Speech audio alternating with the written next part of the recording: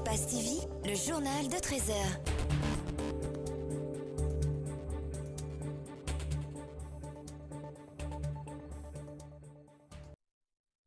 Il est 13h à Conakry. Bonjour à toutes, bonjour à tous. Bienvenue dans ce journal. Au sommaire, après la fronde créée par 7 commissaires à la CENI, un deuxième son de cloche a sonné ce jeudi. Djenab Touré, la directrice du département fichier électoral, répond à ses collègues. Elle les accuse d'être de mauvaise foi. Leur absence n'aura aucun effet sur le déroulement du processus, nous a-t-elle confié ce matin. Vous l'entendrez dans ce journal. À la plage titanique de la Camayenne, les machines du ministère de l'Habitat sont entrées en action. L'opération de déguerpissement annoncée a débuté. Plusieurs espaces de loisirs ont été détruits sous les regards impuissants des propriétaires qui ont fait mains et pieds pour empêcher ces casses. C'est tout pour les titres. Bienvenue dans ce journal.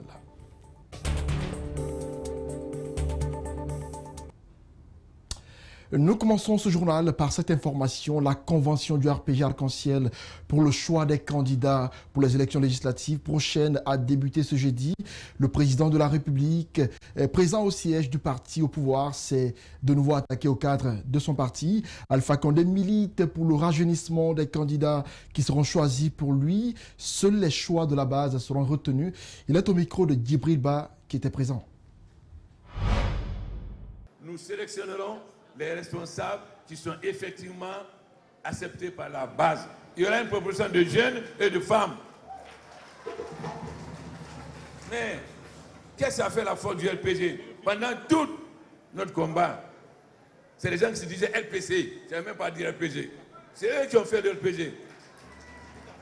Et aujourd'hui, on veut que le LPG devienne un parti opportuniste, un parti d'argent, un parti de petits copains. Non. Beaucoup de militants sont morts pour le LPG. Beaucoup ont été blessés. Beaucoup ont fait la prison.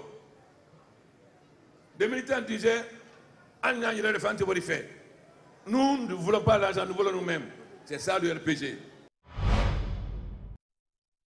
Voilà, nous y reviendrons dans nos prochaines éditions d'information. Crise à la CENI, nous en reparlons. Des commissaires ont décidé de se retirer du processus électoral. Ils dénoncent des dysfonctionnements sur le déroulement des enrôlements et la gestion de l'institution par Salif Kébé. Ce jeudi, Djenab Touré, la directrice du département fichier électoral, a réagi. Elle accuse ses pairs de faire preuve de mauvaise foi. Pour elle, leur retrait n'aura aucun impact sur la suite du processus électoral. Elle est au micro de Rosaline Goto-Monemou et d'Alseni Camara. Les commissaires qui ont fait une déclaration de se retirer du processus, je pense que c'est leur droit de se retirer du processus, mais le retrait de cette commissaire n'arrête pas la conduite de notre chronogramme. Je n'ai pas vu de conséquences juridiques en la matière dans la loi qui met la CENI, qui organise la CENI, le fonctionnement, les attributions. Je ne vois pas de conséquences à partir du moment où toutes les personnes qui ont démissionné ont quand même soit un adjoint ou un directeur qui reste en fonction, qui travaille. Sur les cautions pour les candidatures aux élections législatives de février, elle s'est également prononcée. Les partis devront débourser 200 millions de francs guinéens pour les listes nationales et 50 millions pour le scrutin à l'uninominal. Pour Djenab Touré, ces montants ont été fixés après concertation avec les acteurs politiques. On la suit à nouveau. J'ai eu quand même la chance de présider en lieu et place de Madame le questeur qui était en mission, cette commission financière. Donc j'ai eu l'échange. La loi dit les partis politiques engagés dans les élections désignent un représentant et viennent. Il y a eu un communiqué qui a été fait. On a reçu au total 12 partis politiques qui sont venus à ces différentes réunions. Ils ont fait des propositions. Le jour qu'on a fait la proposition, il y en avait 10. Okay? Sur les 10, les propositions varient pour le scrutin majoritaire uninominal à un tour de 15 à 45 millions. La fourchette proposée par la classe politique. Pour les listes nationales à la représentation proportionnelle, ils sont partis de 20 millions à 150 millions. La CENI a fixé 50 et 200 millions. Est-ce qu'on est loin des propositions, de la fourchette des propositions? Nous ne sommes pas loin de la fourchette de propositions. C'est pour cela, moi, j'invite à chaque fois, quel que soit le problème, que les gens viennent qu'ils imposent leurs idées, qu'ils discutent avec la CENI et qu'ils fassent des propositions que d'attendre que le travail soit fait et revendiquer après. Il faut rappeler qu'hier, le directeur adjoint chargé du fichier électoral était dans nos murs. Il est revenu sur les raisons de leur retrait du processus. Mamadou Safa Tunkara et 6 autres commissaires dénoncent le déroulement de la révision du fichier et la gestion de la CENI qu'ils jugent unilatérale par Salif Kébé, le président. Alseni Bari et Tierno Saadouba l'ont interrogé. Suivez. Une CENI divisée, la classe politique scindée, la société civile divergente à tout point de vue. Rien ne semble aller dans la conduite du processus électoral. Après les déclarations de Banosso sur les irrégularités dans le fichier électoral, c'est au tour de 6 autres commissaires de la CENI de déclencher une fronde au sein de cette institution. Motif, des manquements qui entacheraient la crédibilité du scrutin. Nous avons fait un constat sur le terrain. Vous savez, nous avons enregistré assez d'irrégularités lors de ces opérations sur le terrain. Et ces irrégularités sont d'ordre logistique, matériel et informatique. Et nous avons demandé à l'ensemble des commissaires de la CENI de faire une réévaluation des travaux qui sont déroulés sur le terrain. Et à l'issue de ces travaux, tirer une conclusion, ce qui n'a pas été fait. Alors, les irrégularités que nous avons enregistrées ne permettent pas, à notre humble avis, d'aboutir à un fichier électoral CENI inclusif, mais aussi qui pourra nous conduire à des élections législatives, transparentes et voire même présidentielles. Il boude l'organisation des élections législatives, mais continue de siéger et de travailler au sein de la CENI. La toute première recommandation, c'est d'abord l'accès à l'information. Savoir quelles sont les données qui sont issues du terrain. Ça, c'est la première des choses. Nous devons avoir ces données. La deuxième des choses, c'est de faire une évaluation de l'ensemble des activités qui sont déroulées sur le terrain. La troisième des choses, c'est de revoir le fonctionnement même de l'institution, les prises de décision au sein de l'institution. Quel est le rôle d'un commissaire? Quel est le rôle d'un département? Le rôle du président de la CENI. Il faut revenir sur ces questions, les débattre, s'assurer que les prises de décision sont consensuelles. Ces commissaires s'attendent à une plénière pour régler ce conflit interne.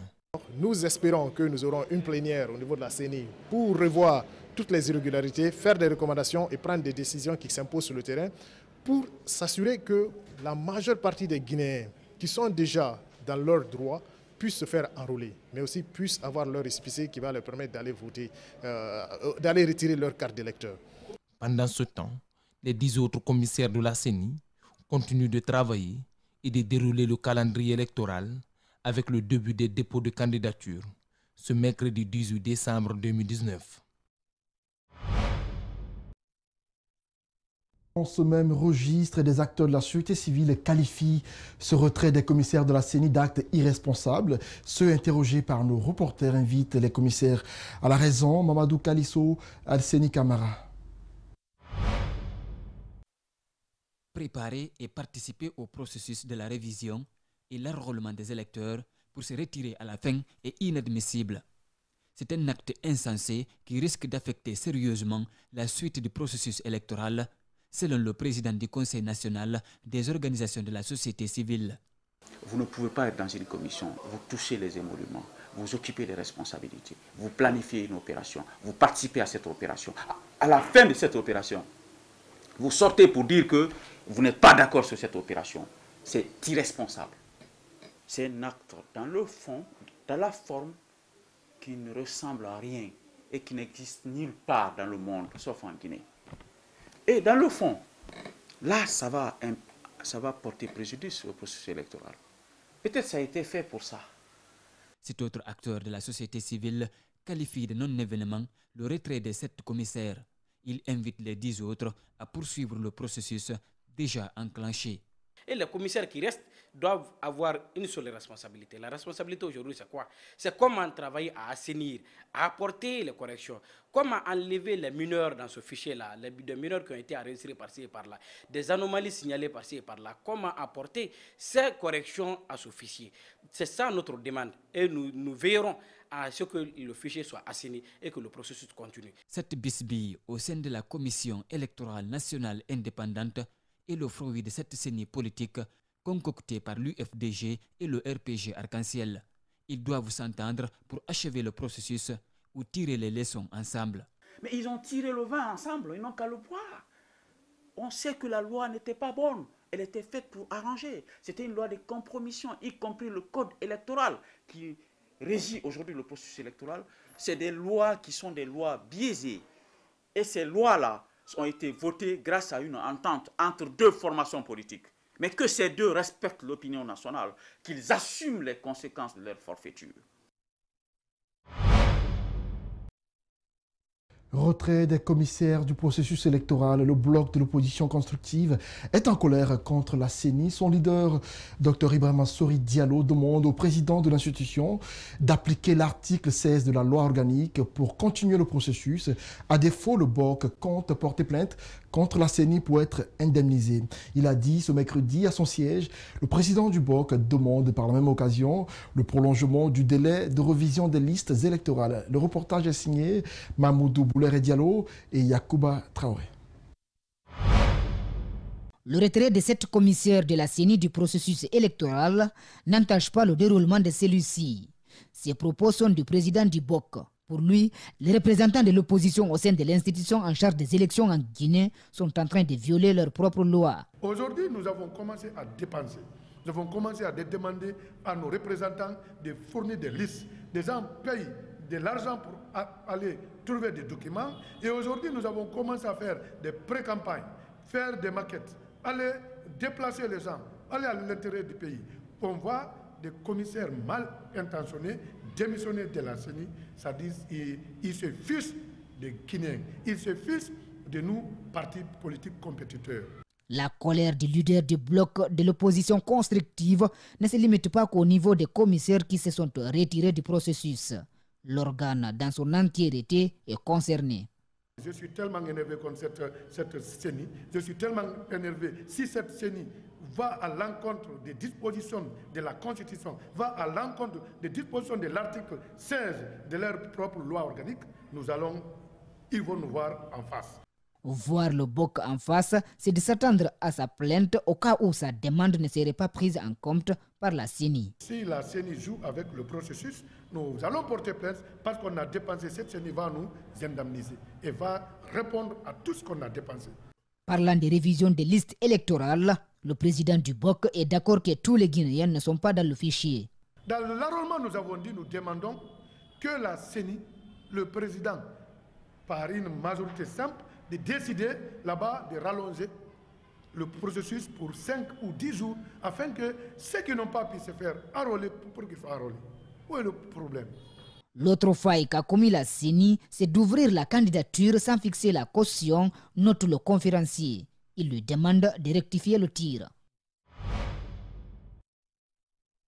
En plus bref, le Front national pour la défense de la Constitution FNDC appelle ses militants à redescendre dans la rue le jeudi 26 décembre prochain pour cette manifestation 7e du genre. Le FNDC parle de dernière marche avant la fin d'année. Ils l'ont qualifié d'ultimatum. Après le lancement de la 4e édition. Après le lancement donc de la 4e édition de la CENACIP, place aux actions sur le terrain, le ministre de l'Unité nationale quelques établissements de la place. Objectif, échanger avec les élèves et encadreurs sur le thème de cette année qui est voter, droits et devoirs des citoyens, usez de vos droits, faites vos devoirs. Mamadou Boy Diallo, Abakar Din Kamara était avec le ministre. Après le lycée 2 octobre, la délégation du ministère de l'Unité nationale et de la citoyenneté confère avec les élèves et encadreurs de l'école normale des instituteurs de Kaloum. Au cœur des échanges, le thème de la Semaine nationale de la citoyenneté et de la paix de cette année, votez droits et devoirs des citoyens, usez de vos droits, faites vos devoirs. Le thème revêt une grande importance. Pour nous faire comprendre ce que le citoyen doit faire pour sa nation et aussi comment le thème était sur le vote, il nous a fait comprendre comment doivent se dérouler le vote pendant le moment. Parce que nous savons bientôt, c'est les élections. Les questions liées au processus de vote ont été largement débattues. Une source de satisfaction pour le ministre Tarandiallo. Le rôle de la jeunesse dans les campagnes électorales, le jour du vote, la proclamation et l'acceptation des résultats.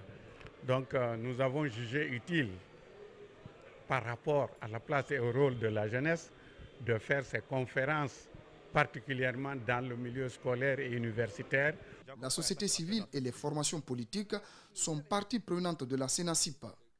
Leur rôle est déterminant pour la réussite de l'initiative. Accompagnant, nous jouons un rôle d'appui, un rôle de mobilisation, un rôle d'information, mais également un rôle d'acteur pour la réussite vraiment de la Semaine nationale de la citoyenneté. Nous sommes à la veille des élections. Il faut que nous, politiques, en dehors de ce qu'on doit faire pour sensibiliser nos militants, pour concrétiser leur adhésion aux partis politiques concernés, puisque cela passe par un seul élément, un seul acte, le vote pour le leader pour lequel tu es en train de te battre.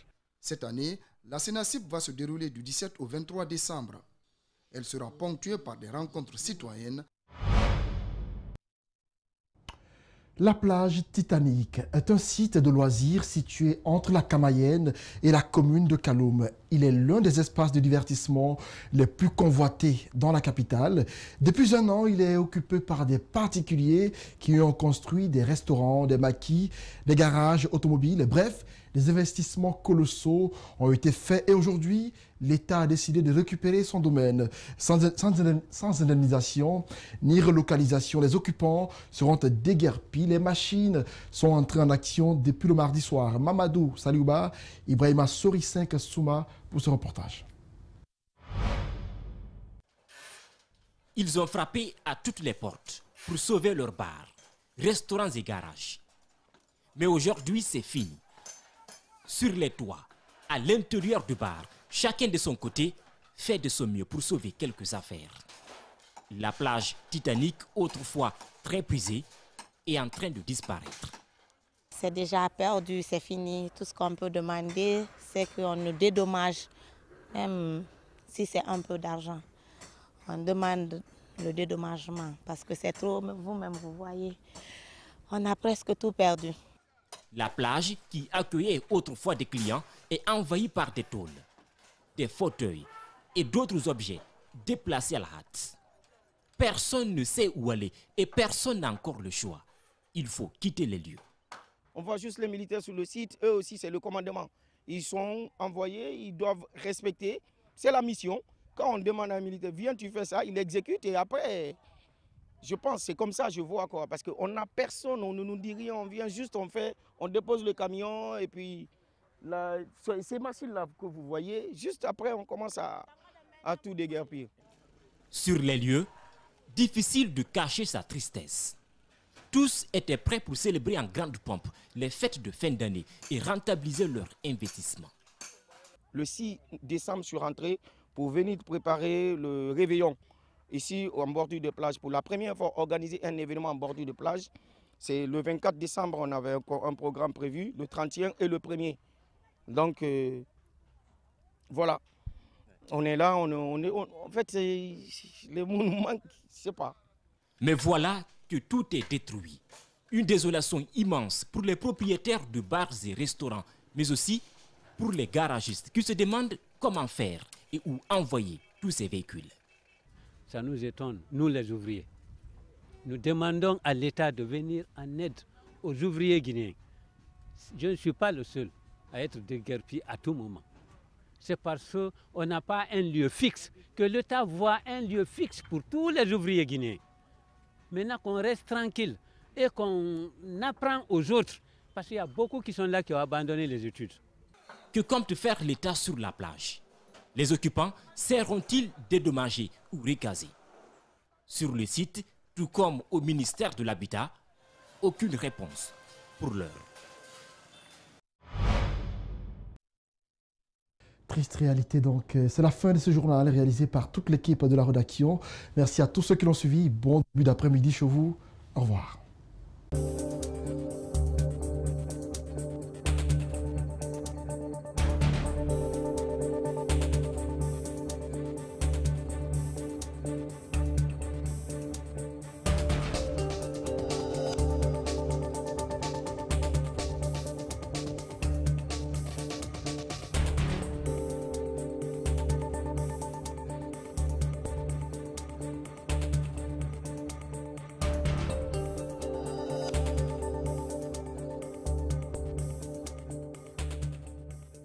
Yankadi, Toupou CC, Mandang, musique du Sud, c'est Kalak Radio.